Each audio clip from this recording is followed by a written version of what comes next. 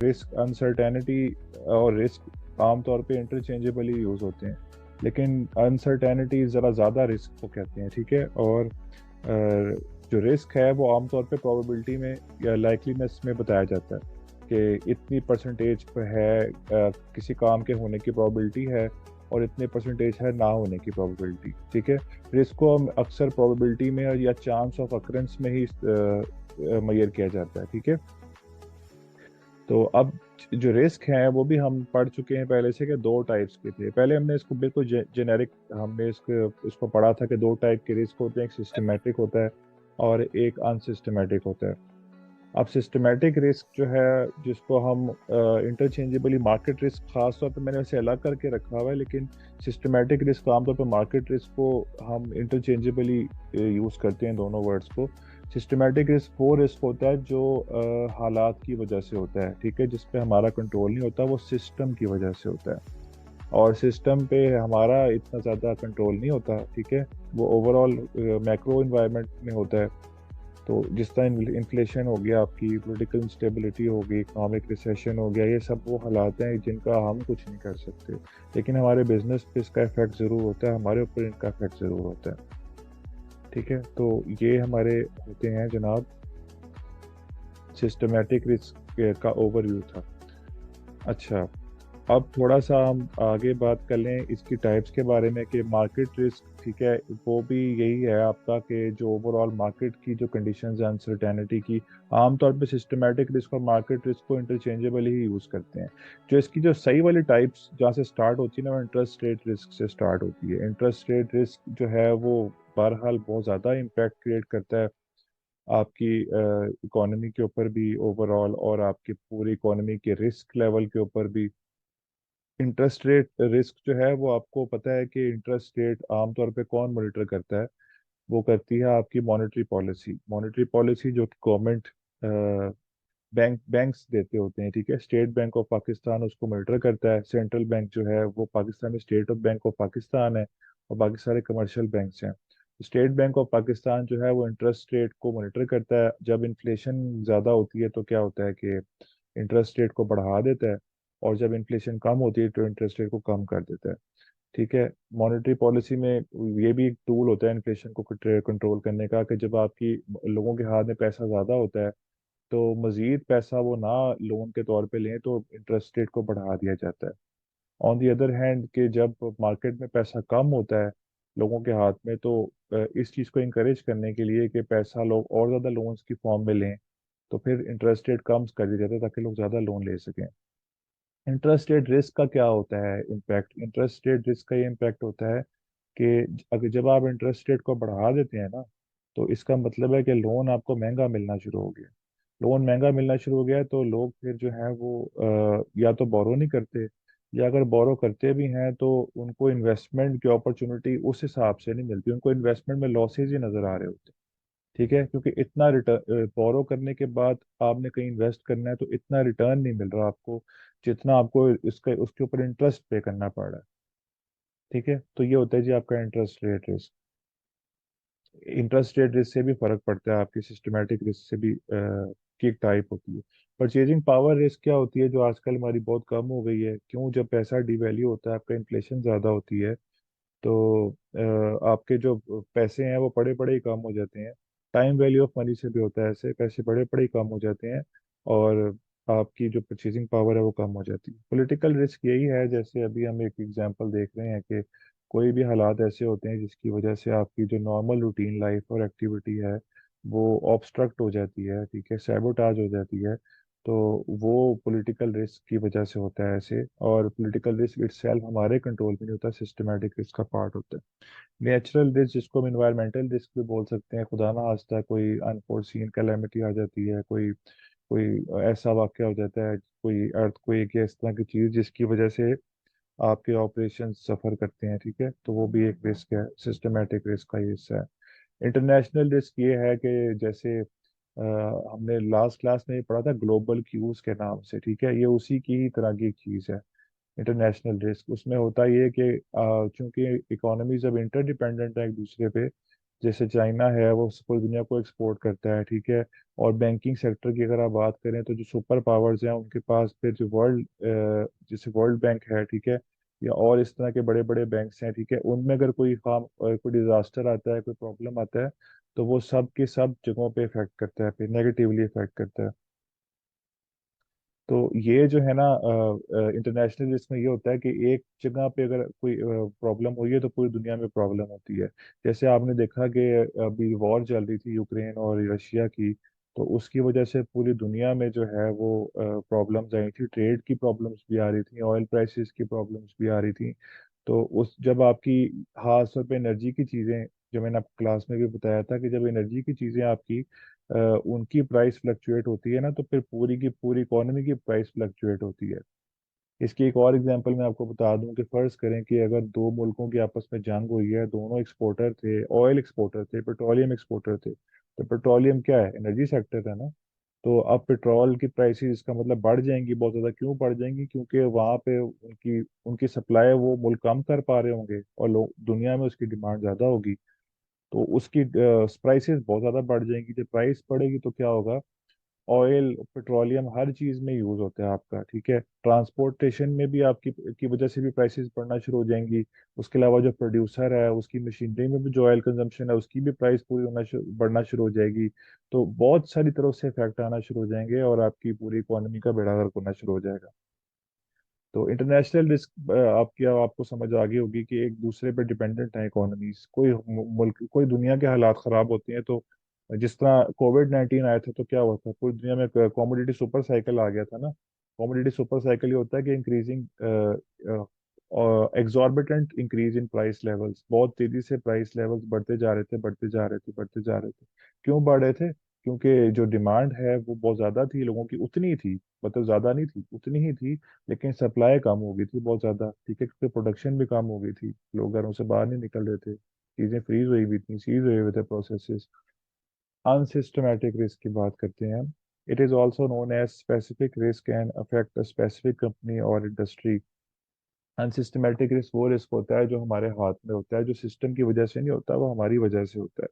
उसमें हम बहुत हद तक जो है कंट्रोल कर सकते हैं उसको। उसकी एग्जांपल ये है कि जैसे हमारे मैनेजमेंट के डिसीजंस होते हैं, ठीक है। उसके अलावा हमारी जो पॉलिसी है, मेरे कंपनी की जो पॉलिसी है, और हमारे जो ह्यूमन रिसोर्स की का कैलिबर है, ठीक है, हमारी जो मशीनरी है, और इस तरह की चीज़ें सारी की सारी हैं कि फॉर एग्जांपल अगर हम अप टू डेट नहीं रहते अपनी इन सारे वर्क प्रोसीजर्स में, तो क्या होगा फिर ये होगा कि हम दूसरों से पीछे रह जाएंगे। तो ये हमारा सिस्टमेटिक रिस्क है, हम इसको कंट्रोल कर सकते हैं, अपने आप को अप टू डेट भी कर सकते हैं, ठीक है। तो अब इसकी टाइप्स हम पढ़ लें। पहली है बिजनेस रिस्क। अस्सलाम वालेकुम सर। वालेकुम सलाम।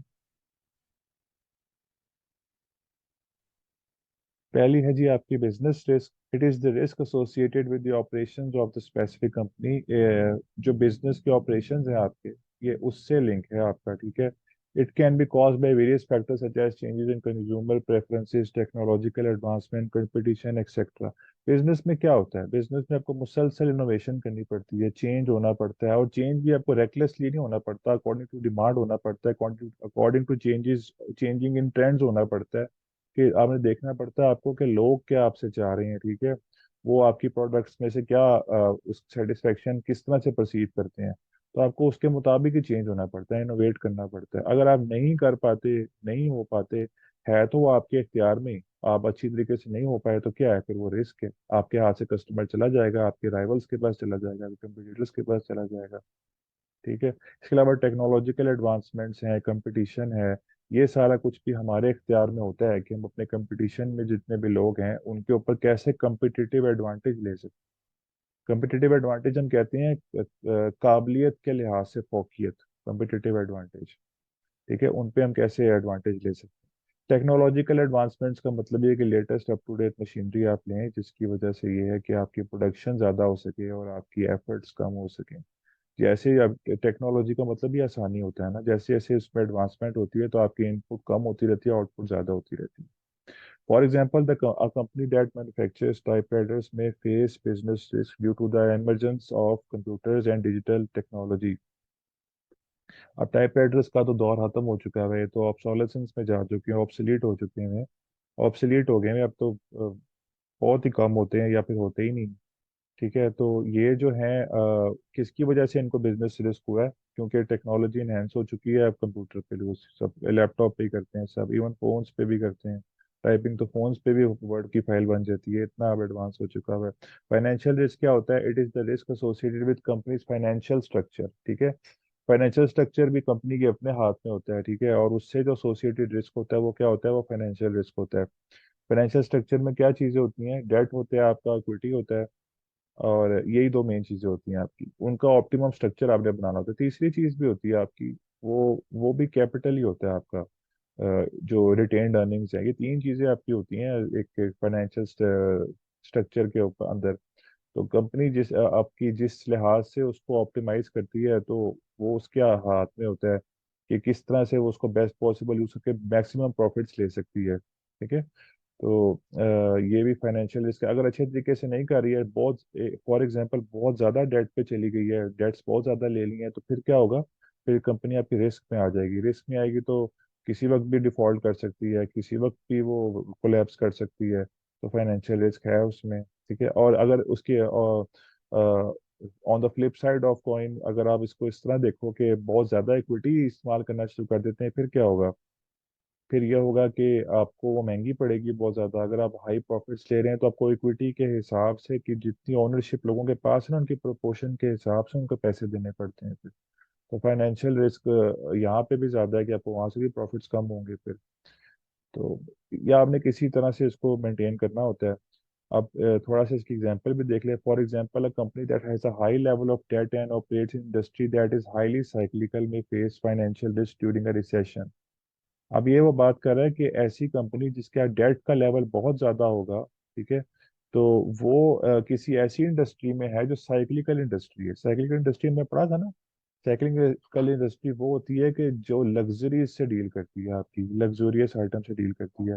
तो लग्जूरियस आइटम से जो डील करती है ना तो वो जो है, वो कैसी होती है कि वो ऐसी होती हैं कि सबसे पहले जब कोई भी हालात खराब होते हैं ना, तो लोग उसको ही छोड़ते हैं सबसे पहले। ठीक है, क्योंकि वो महंगी बहुत ज्यादा होती है, लोग फिर नेसेसिटीज में भी फंस जाते हैं, तो कंफर्ट और लग्जरीज को वो छोड़ देते हैं। इसलिए जब किसी कंपनी कोई कंपनी डेट लेके चल रही होगी तो क्या होगा कि उसको डेट वापस भी तो करना है, और डेट वापस करना है तो पैसों से करना है। अब पैसे तो आना बंद हो गए हैं, क्योंकि लोगों ने आपकी लग्जरीज आइटम लेना छोड़ दी है। ठीक है, तो ये फाइनेंशियल रिस्क है आपका। मैनेजमेंट रिस्क कौन सा होता है? कि जो आपकी मैनेजमेंट की डिसीजन मेकिंग होती है, ठीक है, कि हमने अपनी कंपनी को किस तरह से चलाना है। हमारी कंपनी जो है उसकी पॉलिसी पीपल ओरिएंटेड है कि एक वर्क ओरिएंटेड है। ठीक है, पॉलिसीज बहुत तरह की होती हैं। और उसके अलावा आपका जो ह्यूमन रिसोर्स है वो लोकल होना चाहिए कि इंटरनेशनल होना चाहिए। और इस तरह की चीजें बहुत सारी, जो कि मैनेजमेंट के डिसीजंस होते हैं ना। आपके वर्क टाइम कितना होना चाहिए? आपका 9 to 5 होना चाहिए, 9 to 6 होना चाहिए, 8 to 3 होना चाहिए, जो भी उनका अपने उनके डिस्क्रिप्शन पे होता है। तो उससे भी फर्क पड़ता है। For example, if a companies management team makes poor investment decisions और engages in unethical practice, it can lead to decline in the company stock prices। अच्छा, ये एक उन्होंने एग्जांपल ये दी है कि कंपनी की मैनेजमेंट है, उसने एक डिसीजन लिया है कि वो जो है अनएथिकल प्रैक्टिसेस भी करेंगे बीच में।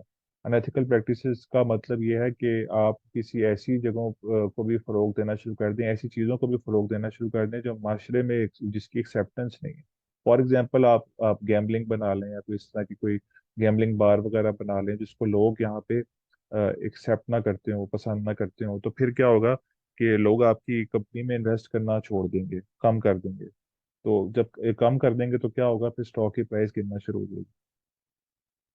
आपको मैं एक बात बताता चलूं कि जो इस्लामिक बैंकिंग है ना, जब हम उसमें इन्वेस्ट करते हैं तो उसके जो फॉर्म हमें मिलता है फिल करने के लिए, तो उसमें उन्हें लिखा हुआ होता है कि हम किसी अनएथिकल चीज में इन्वेस्ट नहीं करेंगे। ठीक है, गैर शरई चीज में, जो जिसकी शरिया कंप्लायंस ना हो, उसमें भी इन्वेस्ट नहीं करेंगे। तो वो इसलिए होता है कि हमारी गुडविल बने कस्टमर में, खास तौर पे क्योंकि इस्लामिक बैंकिंग में तो आमतौर पे जो प्रिज्यूमेबली ये कॉन्सेप्ट है कि जो शख्स भी अकाउंट खोलने आता है या वहाँ पे उसका हिस्सा बनता है, वो थोड़ा सा ज़्यादा कॉन्शियस होता है, रिलीजियसली ज़्यादा कॉन्शियस होता है, तो इसलिए उनको थोड़ा सा करने के लिए ना कि तो हम किसी मेल प्रैक्टिसेस में का हिस्सा नहीं बनेंगे। लिक्विडिटी रिस्क क्या होता है भाई? लिक्विडिटी रिस्क ये होता है कि देख, आपको मैंने बताया था, लिक्विडिटी रेशोज भी हमने कैलकुलेट की थी। उसमें एक वो कैश रेशियो, उसमें एक वो थी हमारी क्विक रेशियो थी, और एक हमारी थी वो करंट रेशियो थी, ठीक है। तो उसमें क्या सीन था? उसमें ये था कि आपके पास एसेट्स इतने होने चाहिए कि जो तेजी से कैश में कन्वर्ट हो सकें, लिक्विड हो सकें, ठीक है। कैश में कन्वर्ट होने को हम लिक्विडिटी बोलते होते हैं, और कैश को हम लिक्विड बोलते होते हैं। तो अगर कंपनी के पास ऐसे एसेट्स हैं ही नहीं, कंपनी के पास बहुत बड़े बड़े एसेट्स मौजूद हैं, ठीक है, बिल्डिंग्स भी है, गाड़ी शाड़ी भी है, मशीनरी भी है, लेकिन ऐसे एसेट्स मौजूद नहीं है कि जो फॉरेन कैश की जरूरत पड़े तो वो उसको पूरा कर सकें, ठीक है। तो इलिक्विड एसेट्स हैं लेकिन लिक्विड एसेट्स नहीं है, फिर क्या होगा? उसका लिक्विडिटी रिस्क ज्यादा होगा। लिक्विडिटी जरूरी होती है बिजनेस को चलाने के लिए, क्योंकि शॉर्ट टर्म जो बिजनेस है ना, करंट एसेट्स, करंट लाइबिलिटी, ये मामला जो है चलाने के लिए आपको लिक्विडिटी रिस्क चाहिए होता है। डिफॉल्ट रिस्क क्या होता है आपका? डिफॉल्ट रिस्क ये होता है कि कंपनी की टेंडेंसी होती है वो डिफॉल्ट भी कर सकती है, ठीक है। तो ये उसका डिफॉल्ट रिस्क होता है। और डिफॉल्ट रिस्क ज्यादा कब होता है? मतलब तब होता है कि जब आपकी कंपनी की सॉल्वेंसी कम हो जाती है। सॉल्वेंसी मैंने भी आपको पढ़ानी है एक क्लास में ना, इंशाल्लाह भी मैं पढ़ाऊंगा। सॉल्वेंसी रेशोज भी पढ़ानी है मैंने आपको, ठीक है। दो तीन ही है, इससे ज्यादा नहीं है, चार रेशोज है टोटल। सॉल्वेंसी का मतलब मैं आपको इन शॉर्ट बता देता हूँ। सॉल्वेंसी का मतलब ये होता है कि आप ये कंपनी के कर्जे अदा करने की सलाहियत जो होती है ना, कर्जों को अदा करने की सलाहियत, उसको कहते हैं ये सॉल्वेंसी, ठीक है। कंपनी की हाई सॉल्वेंसी का मतलब है कि कंपनी की अच्छी अच्छी कंडीशन है, वो कर्जे कर्जे अदा कर सकती है। और लो सॉल्वेंसी या फिर इनसॉल्वेंसी का मतलब होता है कि डिफॉल्ट ही कर गई, कि कर्जे अदा ही नहीं कर सकते।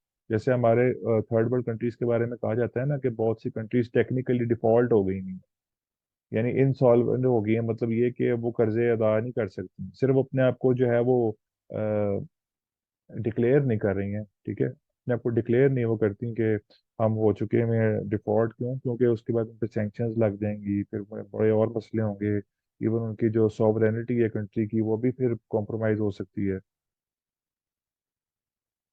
अच्छा, तो वो डिफॉल्ट रिस्क था। डिफॉल्ट रिस्क भी हमारे अपने हाथ में होता है। डिफॉल्ट रिस्क एक्चुअली हमारे कैपिटल स्ट्रक्चर, जो हमने ऊपर फाइनेंस रिस्क नहीं पढ़ा था, ये फाइनेंस रिस्क पढ़ा था ऊपर हमने, ये इसके साथ ही लिंक्ड है कि अगर हम अपने कैपिटल स्ट्रक्चर को ठीक रखेंगे तो हम डेट पे बहुत ज्यादा हमारी नहीं होगी डिपेंडेंसी, तो क्या होगा फिर? हमारी जो है वो डिफॉल्ट रिस्क कम हो जाएगा। और इसके अलावा और चीजें भी लिंक्ड है इसमें। मैनेजमेंट रिस्क भी है, आपकी पॉलिसीज ठीक हो, सस्टेनेबल हो, ठीक है ना। तो आप ये नहीं कि आप बहुत सारी इन्वेस्टमेंट एक ही जगह पे कर देते हो, आप डाइवर्स इन्वेस्टमेंट करते हो, पोर्टफोलियो अच्छा बनाते हो, और लिक्विडिटी भी आपके पास अच्छी हो, सब चीजें मिल मिला के डिफॉल्ट रिस्क में आ जाती हैं, ठीक है। अच्छा भाई, मयरिंग रिस्क है अगला टॉपिक। मयरिंग रिस्क है, ये थोड़ा सा बड़ा टॉपिक है, और इसके लिए आपको ज़रा मेरे साथ थोड़ा सा हाजिर होके रहना पड़ेगा। क्या होता है भाई? मरीन इंग्लिश तीन तरह से होता है, आपको ये शायद आपने इंटर में पढ़ा होगा, नहीं तो मैथमेटिक्स में भी पढ़ा होगा, मैट्रिक में। स्टैंडर्ड डेविएशन क्या होती है? स्टैंडर्ड डेविएशन एक्चुअली डेविएशन होती है सेंटर से। स्टैंडर्ड, आपका स्टैंडर्ड जो है वो क्या है? यहाँ पे सेंटर एक पॉइंट होता है, there is a central point, and deviation from that central point is standard deviation. और देखो ना, हर कोई सेंटर के करीब रहना चाहता है। सेंटर होता है सेफ्टी का एक होता है, सिंबल होता है सेंटर। तो जो लोग सेंटर के करीब रहना चाहते हैं वो अपने आप को चाहते हैं कि वो सेफ रहें, और जो लोग करीब रह पाते हैं वो सेफ होते हैं। जो लोग सेंटर से दूर होते हैं वो अनसेफ होते हैं। जिस तरह आज ही की एग्जांपल ले लें आपके, जो लोग दूर बहुत रहते हैं तो उनके लिए सेफ्टी कंसर्न ज्यादा थे यूनिवर्सिटी आने के लिए, ठीक है। क्यों? क्योंकि वो दूर था, और रास्ते भी इतने इवन नहीं थे आज, ठीक है, इवेंट्स की वजह से। तो ये हो गया स्टैंडर्ड डेविएशन में की एक डेफिनेशन है। अब हम इसको देख लें। It measures the degree of variation from unexpected outcome in the set of data.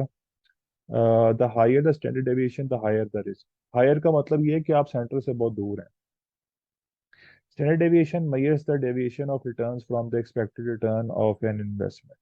अब जो आपके एक्सपेक्टेड रिटर्न है, जो आप रिटर्न चाहते हैं, ठीक है, जो आप एक्सपेक्ट कर रहे हैं, वो आपका एक्चुअली सेंटर है, ठीक है। और आप उस सेंटर से ज्यादा दूर नहीं रहना चाहते। और अगर आप उससे दूर हैं तो इसका मतलब फिर आप रिस्क में। It is a measure of the volatility of the investment. Volatility होता है ना कि एक लम्हा बहुत ऊपर, एक लम्हा बहुत नीचे, मतलब बहुत ज्यादा वल्नरेबल होना, volatility of the investment. The higher standard deviation indicates higher volatility and higher risk. ये बस बात कर ली, लोअर का मतलब है कि लो वॉलिटिलिटी। अब इसको कैलकुलेट कैसे करना होता है, ठीक है, हम वो देख लेते हैं। भाई स्टैंडर्ड डेविएशन को हम ये सिग्मा से डिनोट करते हैं, और स्टैंडर्ड डेविएशन का स्क्वायर होता है एक वेरिएंस, उसको हम सिग्मा स्क्वायर से करते हैं।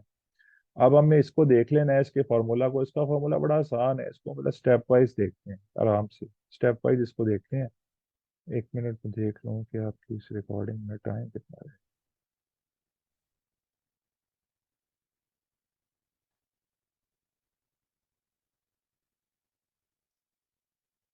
अभी है टाइम, ठीक है। अच्छा, इसके फॉर्मूले पे आए हम। ये जो आपका है ना सेंटर, जिस मैंने सेंटर की बात की आपको, सेंटर वो है एक्सपेक्टेड रिटर्न। सबसे पहले हमने कैलकुलेट करना होता है जी एक्सपेक्टेड रिटर्न। वो कैसे होता है, ई ई जो आपका लिखा हुआ है ना, E R one are I, sorry, E R आई, ये जो ई और ब्रैकेट में आर आई लिखा हुआ है, इसको हम बोलते हैं एक्सपेक्टेड रिटर्न।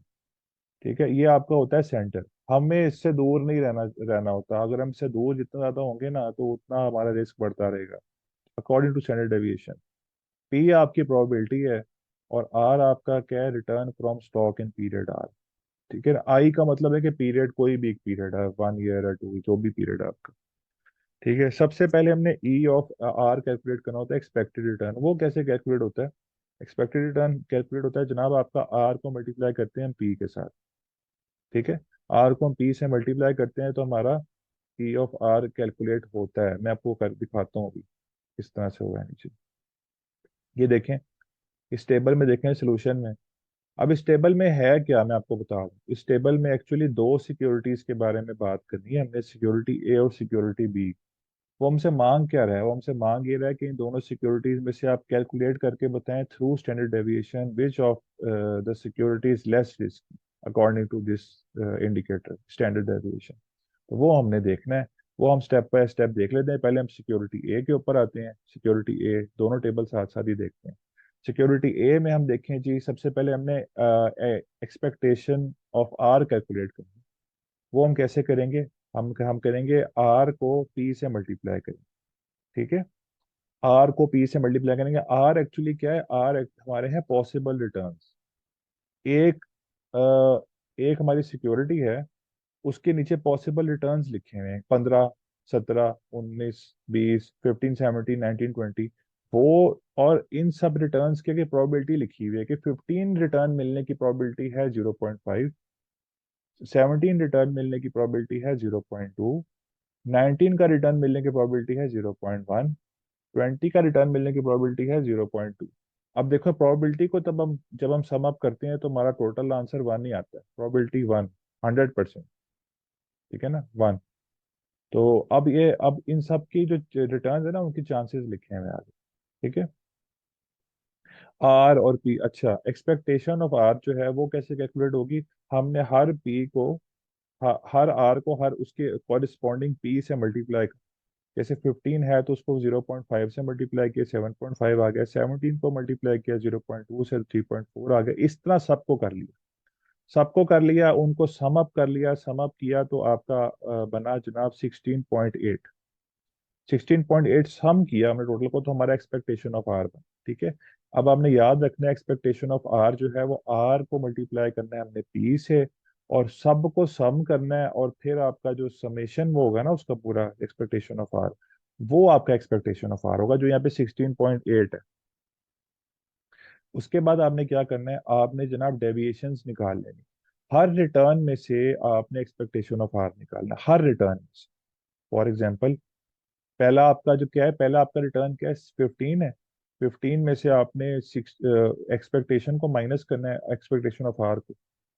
15 माइनस 16.8। तो अब आप ये देखिए थर्ड कॉलम में -1.8 लिखा हुआ है। ठीक है, इस तरह से आपने हर एक का करना, हर एक का आपने किया तो आपके पास R minus expectation of R आ गया। तो अब आपके पास ये डेविएशन आ गई। ठीक है, डेविएशन फ्रॉम मीन। अब अगर आप लोगों ने स्टैट्स पढ़ी होगी तो शायद आपको रिकॉल करने में आसानी हो। तो फिर आपने इतना कैलकुलेट कर लेना, उसके बाद आपने डेविएशंस का स्क्वायर ले लेना। इन डेविएशंस का स्क्वायर ले लेना, जैसे -1.8 आंसर था ना, तो उसका आपने स्क्वायर ले लिया। ठीक है, तो 3.24 आ गया, उस तरह पे 0.2 था, उसके बाद 0.04 आ गया। तो ये आपके इस तरह से आ जाएंगे। फिर जो आपने स्क्वायर लिया हुआ है ना, तो उसके बाद इसको आप एक्सट्रीम राइट कॉलम में देखें, आप उसको उसकी प्रोबेबिलिटी से मल्टीप्लाई करें। 3.24 को मल्टीप्लाई करेंगे उसकी प्रोबेबिलिटी से, जो कि है 0.5, तो 1.62 बनेगी। उस तरह आप 0.04 को उसकी प्रोबेबिलिटी से मल्टीप्लाई करेंगे तो क्या बनेगा? प्रोबेबिलिटी कितनी थी? 0.2 थी, तो 0.008। इस तरह से करके ना आपने इसका भी टोटल ले लेना। टोटल जो आपका उसका आंसर आएगा ना, सबका टोटल करने के बाद, वो आएगा 4.16। ये है आपकी स्टैंडर्ड डेविएशन है। ठीक है, ये आपकी स्टैंडर्ड डेविएशन है। स्टैंडर्ड डेविएशन नहीं है, ये वेरिएंस है, सॉरी। 4.16 आपका क्या है? ये वेरिएंस है। स्टैंडर्ड डेविएशन होता है वेरिएंस का स्क्वायर रूट। अब आप इस पे देखें ना 4.16 पे, तो आपको हल्का सा ये नजर आ रहा होगा, इस पे वो स्क्वायर रूट बना हुआ। ठीक है, स्क्वायर रूट बना हुआ। तो हमने स्क्वायर लिया उसका, तो हमारा 2.04 बन गया आंसर। ठीक है, तो इसका मतलब है कि हमारा स्टैंडर्ड डेविएशन सिक्योरिटी ए का कितना है अपने रीजन से? तो 2.04 है। 2.04 रिस्क है हमारा इसमें, अकॉर्डिंग टू स्टैंडर्ड डेविएशन। और प्लीज कीप इन माइंड कि इसमें लेसर बेहतर होता है, क्योंकि लेस जितना होगा ना आपका फर्क दोनों में से, तो वो आपके लिए ज्यादा बेहतर है। सिक्योरिटी बी में भी हमने ये एक्सरसाइज की हुई है कि R/P है। ठीक है, R/P को मल्टीप्लाई किया, एक्सपेक्टेशन ऑफ आर आ गया। एक्सपेक्टेशन ऑफ आर को फिर पूरा सम अप किया, मतलब एक्सपेक्टेशन ऑफ आर का कॉलम बन गया। फिर उसको हमने पूरा सम अप किया तो 16.8 बन गया। देखो यहाँ पे ना इत्तेफाक है, इट्स अ कोइंसिडेंस प्योरली, कि ये दोनों ही 16.8 थे, ऊपर भी 16.8 है और नीचे भी 16.8 ही है। ये कोइंसिडेंस है, जरूरी नहीं है कि ऐसा ही हो, चेंज भी हो सकता है इसमें। ठीक है, एक्सपेक्टेशन ऑफ आर जो है, अब एक्सपेक्टेशन ऑफ आर जो है वो उस आपने हर एक आर में से माइनस करना है, उसी तरह से पहले किया था। फिर उसका स्क्वायर लेना है और फिर उसको उसके कॉरेस्पॉन्डिंग पी से मल्टीप्लाई कर देना है। अब उसका टोटल आपके पास कितना है? 48.16 है। उसका स्टैंडर्ड डेविएशन लेंगे आप स्क्वायर रूट करके, तो 6.94 आता है। अब इसकी इंटरप्रिटेशन क्या होगी? इंटरप्रिटेशन ये होगी कि सिक्योरिटी ए जो है आपकी, वो लेस रिस्की है। वो लेस रिस्की इसलिए है क्योंकि उसका जो स्टैंडर्ड डेविएशन है वो कम है। वो अपने सेंटर से कम दूर है, लेसर अवे है वो। ठीक है, ये इसकी इंटरप्रिटेशन है। इसमें कोई क्वेश्चन हो तो पूछ लीजिए।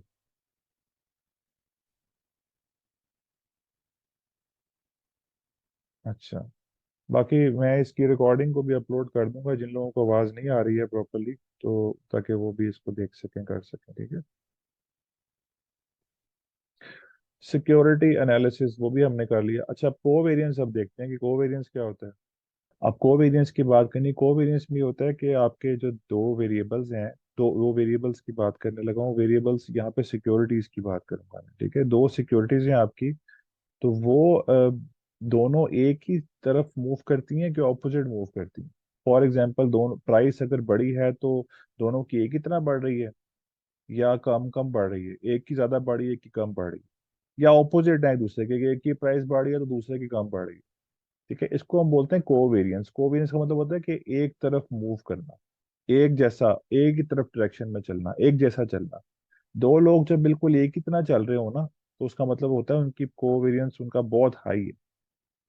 ठीक है, तो यानी दो सिक्योरिटीज हैं, दोनों में आपने इन्वेस्ट किया हुआ है, दोनों की प्राइसेस एक दूसरे के साथ साथ ही चल रही होती हैं, दोनों की बढ़ती है, दोनों की बढ़ती है, दोनों की कम होती है, दोनों की कम होती है। तो इसका मतलब है कि वो कोवेरियंस उनका बहुत हाई है। अच्छा, तो जब आपने इन्वेस्टमेंट करनी होती है ना, तो आप इन्वेस्टमेंट में आपकी कोशिश होती है रिस्क से बचना। रिस्क से बचना क्या होता है? रिस्क से बचने के लिए होता है कि हम पोर्टफोलियो बनाते हैं अच्छा सा। एक बास्केट में सारे अंडों को हम नहीं डालते, हम मुख्तलिफ बास्केट्स में उनको स्प्लिट करते हैं, उनको डिस्ट्रीब्यूट करते हैं। तो अब देखें ना, इस चीज़ का तो मकसद ही फौत हो गया कि हमने एक जैसी सिक्योरिटीज खरीद ली हैं सारी। प्राइस बढ़ेगी तो दोनों की इकट्ठे ही बढ़ रही होगी, आगे पीछे ही बढ़ रही होगी, तो रिस्क तो ना ना फिर मैनेज हुआ।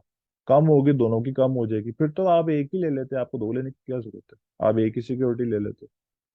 तो इसलिए क्या होता है कि आप जो है ना कोवेरियंस कैलकुलेट करते हैं, और देखते हैं कि जो की सिक्योरिटीज ए की तरफ बिल्कुल चल रही है ना, इनका कोवेरियंस बहुत ज्यादा हाई है, तो आप उनको करते हैं अवॉइड। और जब आपका कोवेरियंस, जिनके साथ आपका कोवेरियंस नेगेटिव होता है ना, कि एक की प्राइस बढ़ी तो दूसरे की कम हो रही है, तो आप उनकी तरफ जाते हो, क्यों? ताकि रिस्क मैनेज हो सके। एक की कम हो रही दूसरी तो भाई सही है ना, उनका कोवेरियंस बड़ा हाई है, तो एक की प्राइस अगर बढ़ रही है तो दूसरे की कम हो रही है।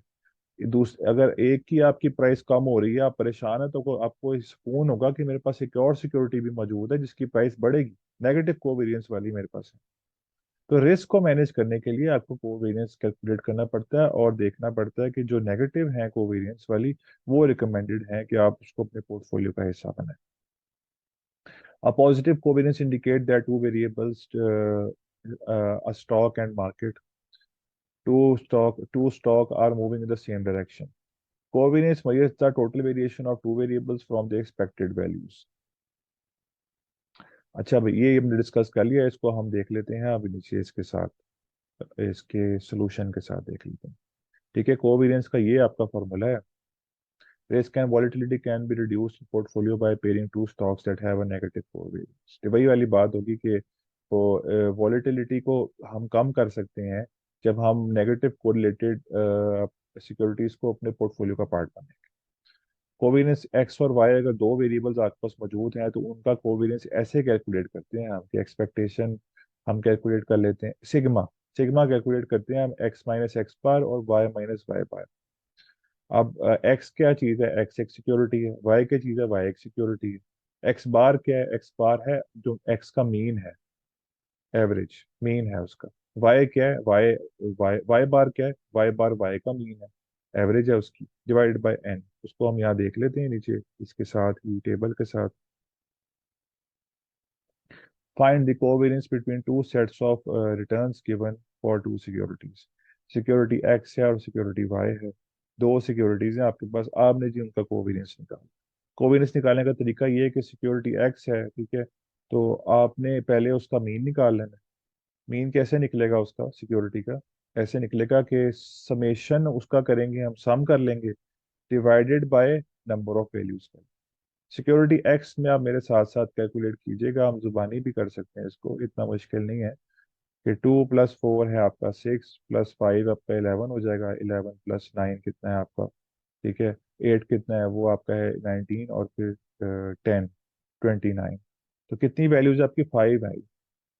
ठीक है, तो 5 आपका जो है वो डिवाइड हो जाएगा 29 में से। ठीक है, तो अब जो है वो आप उसका आंसर निकाल सकेंगे, तकरीबन तकरीबन आपका जो आंसर है वो बनेगा 5.8 कुछ बनेगा आपका आंसर। 5.8 आपका आंसर इसमें से बनेगा। ठीक है, तो अब 5.8 आपका आंसर बना है। मीन की बात कर रहा हूँ मैं, एक्स एक्स और एक्स बार की, अभी हमने एक्स बार निकाला है जस्ट। अब हमने हमारा जो अगला स्टेप है वो एक्स माइनस एक्स बार का है। वो कैसे होगा? हर एक्स में से, जो सिक्योरिटी एक्स का कॉलम है, हर एक्स में से हमें एक्स बार माइनस कर, यानी कि पहले कॉलम में हमारा है 2, 2 - 5.8 वो कितना होगा? -3.8 हो जाएगा। फिर 4 - 5.8 कितना होगा? -1.8 हो जाएगा। फिर 5 - 5.8 कितना होगा? -0.8 हो जाएगा। इस तरह करते करते हमने एक्स माइनस एक्स बार निकाली। सेम एक्सरसाइज हम करेंगे वाई के लिए भी। वाई में हमारा क्या होगा कि उसी तरह 3 + 7 10, 10 + 8 18, 18 + 15 कितना है? आपका 33 है। 33 + 24 कितना है आपका? 57 है। अब 57 जो है आपका, उसको आप डिवाइड करेंगे जी 5 से, तो आपका कुछ 11.4 आपका इस तरह बन जाएगा आंसर। 11.4 ही बनेगा आपका आंसर। ठीक है, 11.4 का आपका वाई का मीन बन जाएगा, वाई बार बन जाएगा। तो अब आप क्या करेंगे? सिक्योरिटी को 3 - 11.4 को माइनस करेंगे आप 3 में से, तो आपका 8.4 बन जाएगा इस तरह से। और 7 को माइनस करेंगे आप 11.4 में से, 11.4 माइनस को माइनस करेंगे 7 में से, सॉरी, तो आपका -4.4 बन जाएगा। इस तरह आपने सारे कर लेने हैं, सारे करेंगे तो आपका वाई माइनस वाई बार का कॉलम भी बन जाएगा। ठीक है, अब आपने दोनों को मल्टीप्लाई करना है, X minus X bar multiply by Y minus Y bar. वो आपने मल्टीप्लाई इन सबको किया, तो अब इनकी रिस्पेक्टिव वैल्यूज आ गई हैं आपकी। उनका समेशन आपने एक ले लेना है इसमें, समेशन वो है 103.4 आपका इसका समेशन में आ गया, और उसको हमने डिवाइड किया नंबर ऑफ वैल्यू से जो कि एन है। एन यहाँ पे 5, 103.4 डिवाइडेड बाय 5, तो 20.60 आपका कोरिलेशन आ गया यहाँ पे। ठीक है, कोरिलेशन आ गया। High positive correlation between the returns of two securities indicate that their price movements are alike either upward or downward whether investing in these two securities is not good for risk management। इनका correlation बहुत ज्यादा high है, 20 से ऊपर जाके correlation था दोनों का, बहुत ही ज्यादा हाई था। तो it's not recommended to go for the securities. ठीक है, तो अब आप आगे आ जाते हैं हम कोरिलेशन कोफिशिएंट के ऊपर। ये क्या चीज़ है आपकी? अच्छा, पहले हम दो वेरिएबल्स की बात कर रहे थे, मतलब वेरिएबल्स में सिक्योरिटीज की बात कर रहे थे। एक सिक्योरिटी है आपकी और दूसरी सिक्योरिटी है। आप सोचते हो जी मैं किस में इन्वेस्ट करूं, दो सिक्योरिटीज में इकट्ठे इन्वेस्ट करूं, एक जैसी इसकी कोवेरियंस है कि नहीं है, नेगेटिव कोवेरियंस है तो बेहतर है। हमने ये पढ़ा। अब कोएफिशिएंट ऑफ कोरिलेशन कोएफिशिएंट हमने पढ़ना है। इसमें क्या है, इसमें ये है कि आपकी एक प्राइस होगी जनाब स्टॉक की, रिटर्न्स होंगे स्टॉक के, एक आपके रिटर्न्स होंगे स्टॉक के, एक आपके रिटर्न होंगे पूरी की पूरी मार्केट के। ठीक है, एक आपके रिटर्न होंगे स्टॉक के, एक पूरी की पूरी मार्केट के रिटर्न होंगे। आपने देखना है जी कि उनमें कितनी सिमिट्री कितनी है, उनमें उनमें कितना आपस में ताल्लुक है। ठीक है, मार्केट का और स्टॉक का। पहले तो आप दो सिक्योरिटीज का देख लेते हैं ना, अब मार्केट का देखना है और स्टॉक का देख। तो अब इसमें हमने देखना है इनका ताल्लुक, और इनका ताल्लुक होता है -1 से +1 के दरमियान की वैल्यू आती होती है। जो फार्मूला इन्होंने सजेस्ट किया है ना म्यार का, उसकी वैल्यू हमेशा -1 से +1 तक की आती होती है। और रिकमेंडेड होता है कि हाई हो तो बेहतर है, हाई हो तो बेहतर है। इसमें हमें पता क्या चलता है, इसमें हमें पता ये चलता है कि हमारा मार्केट जिस तरफ हमारी जा रही है, क्या हमारी सिक्योरिटी भी उसी तरफ जाती है कि उससे नेगेटिव बिहेव करती है, कि मार्केट हमारी उठ रही है। हम खबरों में भी सुनते हैं, न्यूज़ में भी, कि मार्केट बेहतर हो रही है, पॉइंट्स काफी सारे पॉइंट्स में बेहतर हो गई, उठ गई है। तो क्या हमारी सिक्योरिटी जो हमारी पॉइंट ऑफ इंटरेस्ट है जिस पे हमें इन्वेस्ट करना है, वो भी हमारी बढ़ रही है, उसकी उसके रिटर्न्स भी बढ़े हैं कि नहीं बढ़ रहे? तो अगर तो बढ़ रही है तो वो पॉजिटिवली को जो है ना कोफिशिएंट ऑफ कोरिलेशन है, अदरवाइज फिर नेगेटिव है। और रिकमेंडेड ये होता है कि पॉजिटिव वाली की तरफ जाना होता है, यानी हमारा जो आंसर है वो जब पॉजिटिव में होता है वो बेहतर होता है। अब इसका फॉर्मूला नीचे देख लेते हैं। ठीक है, फॉर्मूला के साथ नीचे इसकी कैलकुलेशन भी देख लेते हैं और इसकी इंटरप्रिटेशन भी देख लेते हैं। क्वेश्चन आपका है जी, find the correlation coefficient between two sets of return given below for security X and market index. अब देखें, दो चीजें हैं ना यहाँ पे, पिछली दफा तो दो सिक्योरिटीज थी, इस दफा एक सिक्योरिटी है और एक मार्केट इंडेक्स है। अब इस फॉर्मूले में जो आपका एक्स और वाई है, उसमें एक्स आपकी सिक्योरिटी और वाई आपकी मार्केट इंडेक्स है, कि मार्केट कैसे बिहेव कर रही है। अब सिक्योरिटी के रिटर्न्स आपके कितने हैं, 2 है, 4 है, 5 है, 8 और 10 है। ये भी 5 वैल्यूज ही हैं, वही पुरानी वाली सिक्स में, वही जो 29 ही आंसर था, सेम वही वाला ही आएगा यहाँ पे। अब जो दूसरी वैल्यू है आपकी, उसको इन्होंने मार्केट इंडेक्स बना दी। ठीक है ना, कि ये मार्केट इंडेक्स है, 3, 7 वो सारी, ये मार्केट इंडेक्स है आपका। और इसका फार्मूला क्या होगा, इसका फार्मूला ये होगा, नीचे से मुश्किल से इसका फार्मूला है। हम इसको सिंपल दोनों को मल्टीप्लाई करेंगे, सिक्योरिटी एक्स को मार्केट इंडेक्स वाई से मल्टीप्लाई करेंगे, हमारा एक्स वाई का कॉलम बन जाएगा। जैसे 2 और 3 है, उसको मल्टीप्लाई किया 6 बन गया, एक्स वाई का हमारा कॉलम बन गया, और वो पूरे का पूरा एक कॉलम आपका कैलकुलेशन उसकी हो गई। फिर आपको एक एक्स स्क्वायर भी चाहिए, कोई फॉर्मूले की डिमांड है उसमें, आपको एक्स स्क्वायर भी चाहिए, तो आपको एक्स को दो दफा मल्टीप्लाई करना पड़ेगा, स्क्वायर लेना पड़ेगा उसका, तो वो आपका कॉलम बन जाएगा। और वाई का भी इसी तरह करना है। आपने आराम से इसकी रिस्पेक्टिव वैल्यूज को इसके कॉलम इसके फॉर्मूला में डाल देनी है। ठीक है, ये इसका फॉर्मूला है, ये इसका फॉर्मूला है, ये वाला आर वाला। तो आपने यहाँ पे इसको बस पुट कर देना है। और उसके बाद जब आपका आंसर आएगा वो R = 0.97। अब देखें, ये बहुत ज्यादा क्लोज है 1 की। ठीक है, तो ये तो बहुत आइडियल ही आपको नजर आ रहा है कि ये बहुत जबरदस्त है। तो कि मैंने इसकी मैंने रेंज बताई ना आपको, -1 से +1 तक होती है, तो इसकी है +1 के बहुत करीब है। ठीक है, तो बिल्कुल पॉजिटिव कोरिलेटेड तो नहीं है, लेकिन बहुत अच्छा है फिर भी। Between the returns bye security X and index shows that the price movement of securities alike the market environment, either upward और डाउनवर्ड। मार्केट की जो एनवायरनमेंट है ना, उसके अलाइक ही है सिक्योरिटी का बिहेवियर, उसका जो रिटर्न्स है उससे मिलते जुलते ही आ रहे होते हैं। ठीक है, तो it will be recommended to go for this K. आपको कम, इससे पता क्या होता है, इससे ये होता है कि आप प्रिडिक्ट कर सकते हो, प्रिडिक्ट कर सकते हो कि आपको पता है ना पूरी की पूरी मार्केट बेहतर हो रही है, पूरी की पूरी मार्केट अगर बेहतर हो रही है तो मेरी सिक्योरिटी भी बेहतर होगी। ठीक है, मेरी सिक्योरिटी भी बेहतर होगी अगर मार्केट पूरी की पूरी बेहतर हो रही है तो। ये इसका फायदा होता है। और ये नहीं, आपको अनसर्टेनिटी नहीं होती कि अगर मार्केट अच्छी हो भी गई तो पता नहीं मेरी सिक्योरिटी का क्या बनेगा, मुझे तो पता ही नहीं है उसका कुछ भी। तो वो अनसर्टेनिटी क्रिएट करती है। अनसर्टेनिटी ज्यादा रिस्क का नाम होता है, रिस्क की एक्सट्रीम फॉर्म होती है। तो आई होप ये भी आपको चीज़ क्लियर होगी। ठीक है, आज के दिन हमारा बस एक यही टॉपिक था। ठीक है, थोड़ा सा मेरी कोशिश तो ये थी कि मैं इसको मैथमेटिकली थोड़ा डिटेल से करूं, लेकिन I have done my best to make you all understand about this topic.